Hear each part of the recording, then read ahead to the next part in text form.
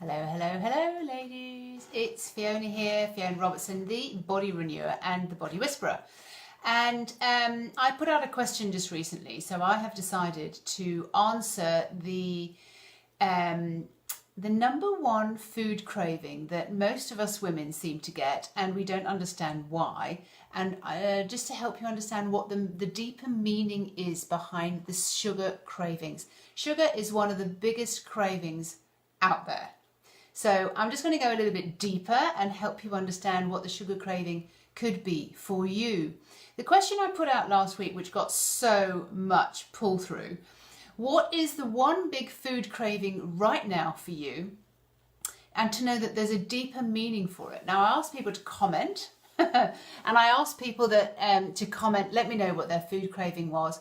And with that came a few more questions. You know, was it the sweet, or was it the creamy, or was it the crunchy, or was it the honey tasting, or, you know, so there was a lot of stories going on there that we're able to kind of begin to decipher where that sweet craving originally came from, what it really means to you, what's the stories we're telling.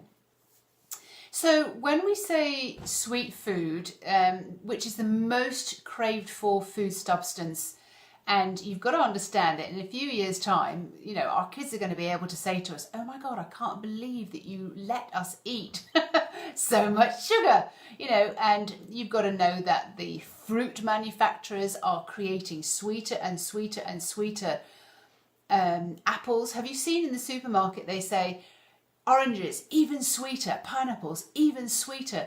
You know, the apples did not taste that sweet in our grandma's day. When we picked an apple from the tree, actually it was quite bitter. It's the fruit producers and things like that to help them sell better, to help them be a more of a delicacy. Everything is just getting sweeter and sweeter and sweeter and sweeter. So this is why we're talking about sweet cravings, because this is basically where everybody's at. And why we're putting so much sweet stuff into our body. There is a deeper meaning to it. There's a hidden understanding. So that's what I'm going to just tune in today. So when I talk about sweets, what do I mean? Yes, sweets or bonbons, or, you know, I used to crave those. They used to be on our coffee table and I would just munch those away as a sad child. But I used to do that, and I used to love the crunch, and I used to love the you know, all the textures of it. But sweets is... it's coming from chocolates, it's coming from cakes, it's coming from sweets, it's coming from desserts, it's coming from sugary drinks, it's coming from muffins, even if we think they're a healthy muffin because we've got a blueberry in there. Even carbohydrates break down into the body as sugars. So if you're craving breads and potatoes and rice and crisps and pretzels, pasta, pizzas even, these are all to be taken as a carbohydrate, and these are all taken in your body and transferred as a sugar. One of the things that physically happened for me and many, many women that I talk to is the belly bloating that happens when we eat so much fruit and sweets. And even though I was extremely, extremely healthy, raw vegan, detoxing, all the rest of it, there's so much fruit being put into so many of them. The smoothies, it has a physical ramification of wind and belly bloating and all those kind of things, because the bacteria in the body can't cope with so much sugar going in the body. Even if it's fruit, even if it's carrots, any root vegetable works out in your body as fruit. So carrots, parsnips, beetroot, I was going to use a French word then, anything that's grown beneath the ground has more sugar in it. It's a root. So I know when, you know, these survival experts, they go out there and they are looking for food, it's often roots that they choose because they are so sugary. Sugar is being pulled through, and most people understand it as a thing for comfort because it makes us feel good. So just imagine you're eating that chocolate and, oh, it just melts. It just makes you feel warm and melty. And they say that it's a very similar feeling to feeling of love. It's not quite how I feel love, but it's definitely love is it's a melting feeling. Everything else just melts away. So you can see why chocolate is used when we're lacking love, when we're lacking comfort, when we're lacking the cuddle. You know, those are some of the reasons why sugar is so popular, and it gives us a quick energy boost, because very often we are taking so much sugar in breakfast cereals. I'm not here just to sort of complain about sugar. I'm trying to teach you why we've been living on sugar as fuel so much. So when your energy dips, your body cries out for energy. It cries out. And often we're putting sugar in there as a result. So we get that energy spike. And sugar has a very kind of spiky energy. It spikes like this. Sugar's kind of also chaotic in the body. It doesn't help us when we're in mood swings and those kind of things, because it's very erratic. Sugar has a big effect on the body, and I'm not going to talk scientific or health-wise or anything else, but it has a big effect on the body in the fact that it's short-lived and it bursts of sugar, and then we dip even lower afterwards. And that's why we're craving more and more and more sugar, because the more sugar we put in at the beginning of the day, the more we need further on through the day to keep that energy up. It is a source of comfort. It's a source of energy. It is a source of fuel. So for many of us, we're using, and I know athletes, and you know, when we're in school, we're trained, you need carbohydrates, you need that sugar to keep your energy up. But for some people, this doesn't work very well. And even though it's back to front at the moment, the body code. The body code is a way of understanding how your body works and what fuel is better for your body. The longer you've been taking sugar in, the longer you've been digesting sugar and reacting to all this energy that's going on, sometimes the longer it takes to break having to have that as your fuel. If you do a fast, it takes 3 days to break the habit of using sugar for fuel and sugar for comfort. 3 days can break any craving. Mentally and emotionally, which is just about what I'm about to go on to, it takes a little bit longer to understand or to break the routine and the habit of always reaching for the candy bar or always reaching for the crisps. That was my thing. Oh my God, huge, great big bag of crisps, because I just felt that things weren't going right for me or weren't going well enough. And it was when I did the technique that I'm going to show you in a minute that I was able to sort of push that away and think, what on earth is going on? What's missing here for me? Mentally, what stories am I telling? Emotionally, what am I missing? For me, I felt I deserved more. I was in a very difficult, tough place. And crisps were my salvation. They were my treat. They were a hidden surprise. They were something that fulfilled me. And I thought because they were so small that they had no effect on my body at all. But with that, I gained a lot of weight. And it was just a constant need to keep eating these crisps because I didn't have any other way of fulfilling that gap. There was no other way that I was finding what I needed. I didn't feel the treat or the seen or the heard, or I deserved more, or I didn't feel recognized, appreciated. These are some of the reasons why we plump for a certain kind of food. Now, for some ladies, it might be that she's got the chocolate bar at the side of her when she's taking her mother to hospital and she's feeling, you know, I should be doing something else, I want to do something else, and the chocolate bars go in because they're just creamy and they are very sensual and very warm and comforting, and they bring you a lot of memories of when we used candy bars and when we had candy bars and when we were given candy bars at birthdays. They have a lot of happy memories in these products. Crisps had a very happy memory for me. It was very rare that I was given crisps as a kid. It was a real treat to have crisps in our house. Sweets were there. So sweets were never something that I really craved because sweets had always been there. Hi! You need to understand where your craving comes from, and some of the techniques that I do help you understand just how we can let go of that massive sugar craving. And I know when it hits hard, and it can be from a real deep rooted sense of why we're craving the sugar.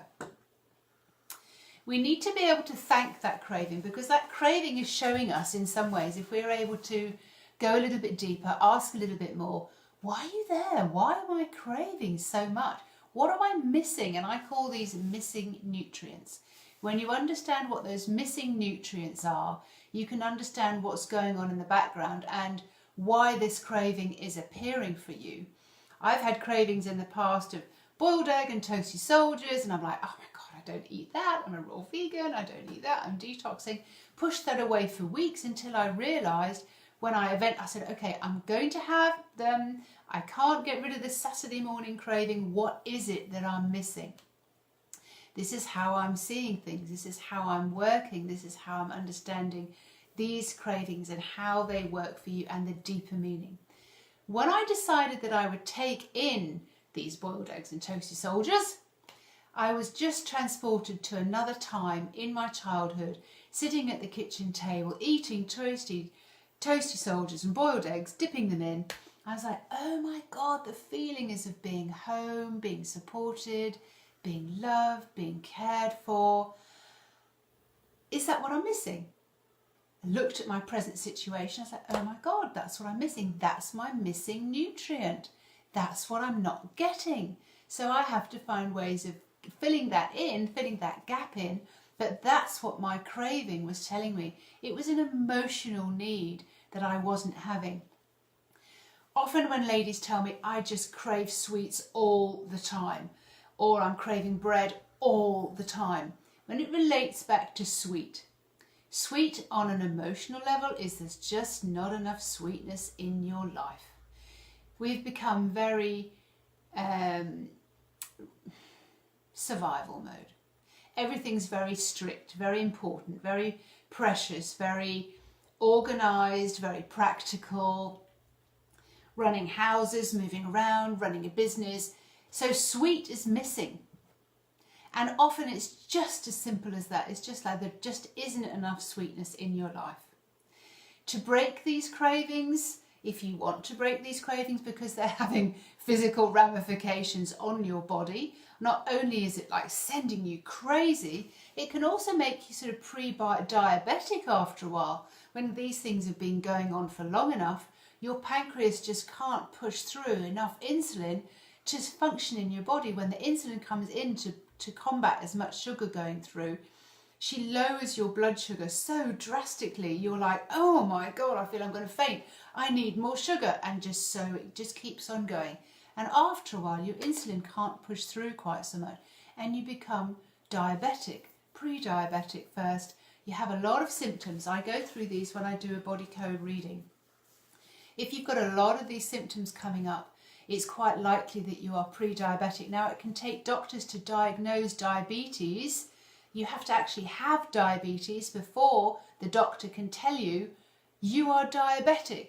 Not all the symptoms that go beforehand. That's why I do the body code reading. The body code reading helps you to see the symptoms that tell me that you are pre-diabetic, because sugar is such a huge part of your life and you've got no idea what's going on a physical level. It's got everything, even your hormones and all sorts of things just running all over the place, being absolutely crazy wild and having ramifications and effects and influencing your body in such a way that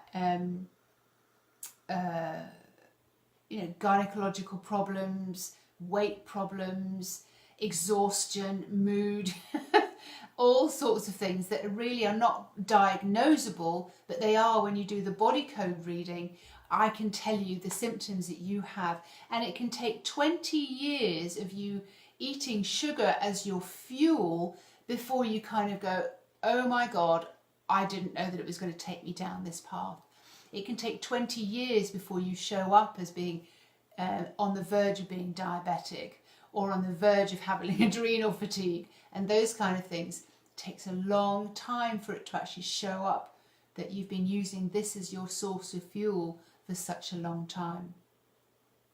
So I read these levels on a physical level. In other words, it can be vitamin and mineral deficiencies, but also you can see that these readings, these cravings, can be telling you things on a deeper level, on a hormonal level, on an emotional level. And you know, we don't want to get screwed up, you know, and if we're not feeling good, it can just be as clearly that we're just using the wrong kind of fuel for our body, and we've been using it for too long a time, that we did need to add a few more things in there which would make our bodies feel so much better and lose the weight and lose an awful lot of these very long-lasting physical symptoms. Each message, every craving has a message from your body. It is your body showing you. It's your body, how your body communicates with you, how she tells you, hey, hang on, I'm not feeling so great. Let's try and change this a little bit. Let's try and sort out the emotional craziness that's going on. For example, what you're missing. So I was missing feeling appreciated, or I was missing feeling at home, or I was missing feeling those kind of things. The emotional thing is just not enough sweetness in my life. I don't do anything to pleasure myself. I don't have any fun. You know, so those kind of things can weigh heavy on the body as well. Not only affect your weight, but they'll affect your mood, the way you think about people. They'll bring up anger and things as well. Your cravings are one of the first things that come up for you to identify, to go a little bit deeper, to understand what's going on for you and how you can change that. Your craving also has a much deeper meaning when you take it from the higher self, when you take it from your soul perspective.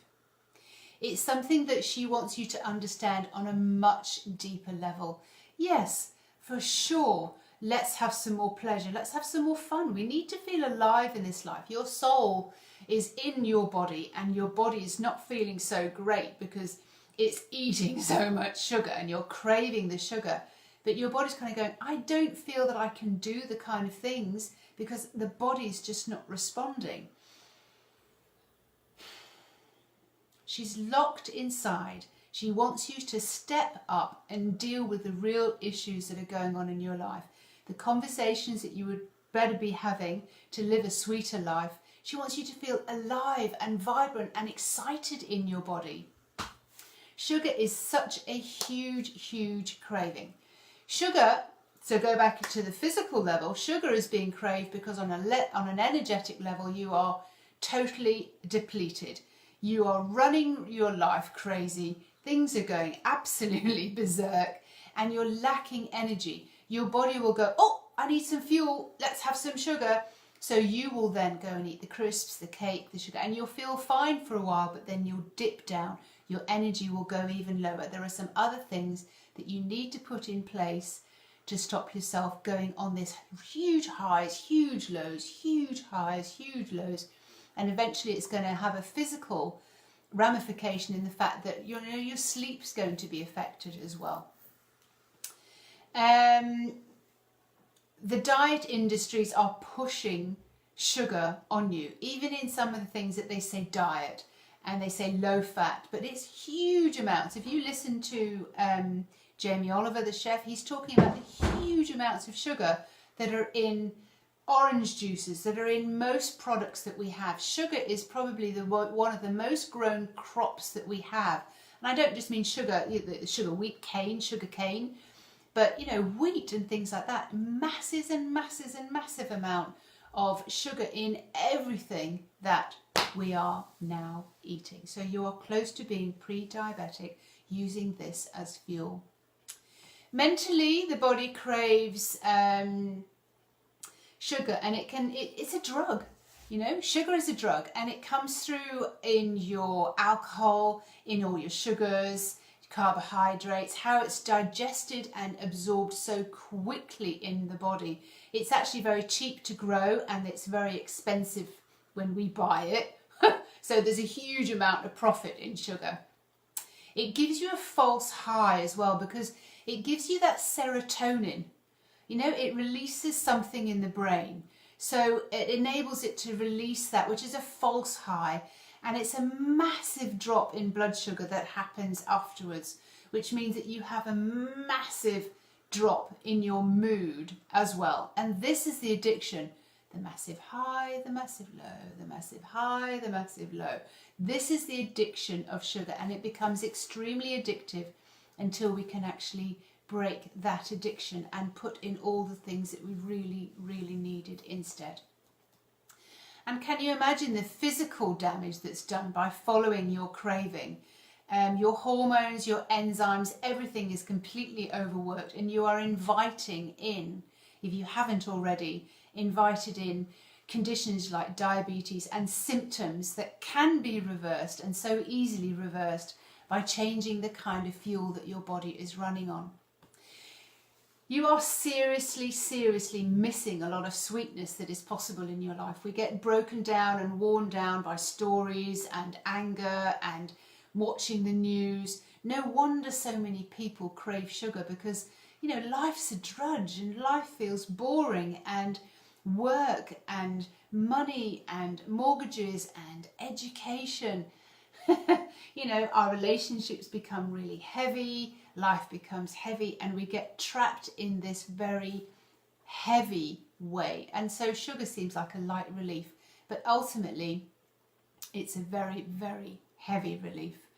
There is always a message to your body craving sugar, and if we can help your body to fulfill itself and fulfill the emotional need, the mental need, and the spiritual need for you craving that sugar, understanding where that's coming from. So the technique that I use, and this is for all women that I speak to, if you're craving something like this, there's something that's going on in the background. You're either sad, fucked off, not in the relationship that you thought you were going to be, that you dreamt about being in when you were a little girl. These kind of feelings of sad really make you go for the sweet. Sweetness covers up the sad. Let's just not look at that sad. Let's just not look at that sad. Feel where it feels, where you feel that in the body, and never want to feel that sad again. How do we break that? How do we break the emotional need for sugar? I want you to understand when you crave the sugar, what you can do, and how you can actually understand what the need is, rather than just filling up on the sugar and ignoring it, because we're just in denial. So when you have that thing in front of you, for me it'd be a packet of crisps, for you it could be a muffin, for you it could be a chocolate bar, I want you to understand what the meaning is for you. Have that item, that food, that thing that you just find so delicious and fulfilling in front of you, and just about as you're about to eat it, just say, no, hang on a second. What is it that I'm saying to myself? What is it as I'm putting my hand into the bag of crisps and just automatically stuffing them in my mouth? What is it that I keep buying these same candy bars? What am I saying to myself? What's going on in the background? If I push that away, what am I saying to myself? I want it, I need it, I deserve it, I have to have this. What is it that you're saying to yourself? Understand what's going on in the deeper meaning for you. Ask yourself at that moment when you get that kind of like, I have to have it, it's mine, I deserve it. How old are you? How old are you? When did this first start, this habit of kind of turning to this particular item of food? When did it start? What is this meaning, the deeper meaning for you? Once we know that, we can work so quickly and so easily at going through the deeper meaning and actually breaking that need, that habit, that craving, and we can just, oh, do you know what, I don't have that anymore. I don't have that craving for crisps anymore. That's like every single party that I went to, just stand by the crisp bowl. I don't have that anymore, because I've learned how to fulfill myself emotionally and mentally and spiritually, so that I just don't crave those things anymore. Certainly if you're looking to change your fuel over, change your body from craving those things, we need to be able to pull out some of the reasons, some of the mental stories that you're telling yourself, some of the emotional stories that are going on, the dramas that are going on, so that we can have you on a very level playing ground. You can be very grounded and very easy and have peace with food. I have a course. It's a 5-week course called Peace with Food. It is absolutely amazing for getting you into a place where you don't have to struggle with those cravings anymore. I'm going to put the link below to the Peace with Food. Take me up on this offer because it's like a lifetime changer. It's just like so many women say to me, I just don't feel that anymore. That just doesn't work for me anymore. I don't need that anymore. I don't crave it anymore. When the cravings are gone, you are back in control. Just come off a call with a lady and she's saying, went for a most fantastic holiday, and Fiona, I can't thank you enough. I didn't crave any of the foods there. I treated myself extremely well. I didn't crave any of the foods that would normally have me all moody and I've lost weight. When I came home, I realised I go on holiday and I lose weight. Whenever did that happen before? I'm having those stories a lot of the time. Women are really getting a good handle on their bodies. They're getting a good handle on what they're eating, and they know what they need first, second and third. And it's not filling up on a food that leaves you feeling even emptier afterwards. This was my talk on sugar, cravings, and what they mean for you, the deeper meaning for you. Take me up on the Peace with Food. It's absolutely amazing when you do the 5-week course, and I've got it for an absolute snip. It's like €27, and it's not going to be that price for very long. But take me up on the offer, have a look at what's going on there, and feed back to me. Tell me what your top craving is, and let us together get to the root of that and work through that. It's so easy. Ladies are working with me on the 222 4-month course, perfectly passionate about their bodies after working with them for a year, getting rid of all the emotional heavy weight, all the mental heavy weight, and working with their soul. They've never gone as far as they're going now because they've never worked with their soul before to understand their bodies. I'm going to love you and leave you. I'm going to wish you a very happy Thursday, and I will speak to you again next week. Let me know what you want me to talk about next week, and I'll be doing some deeper understandings of cravings, for example, salt or fatty. If any of those resonate with you, let me know. Speak to you soon. Bye bye.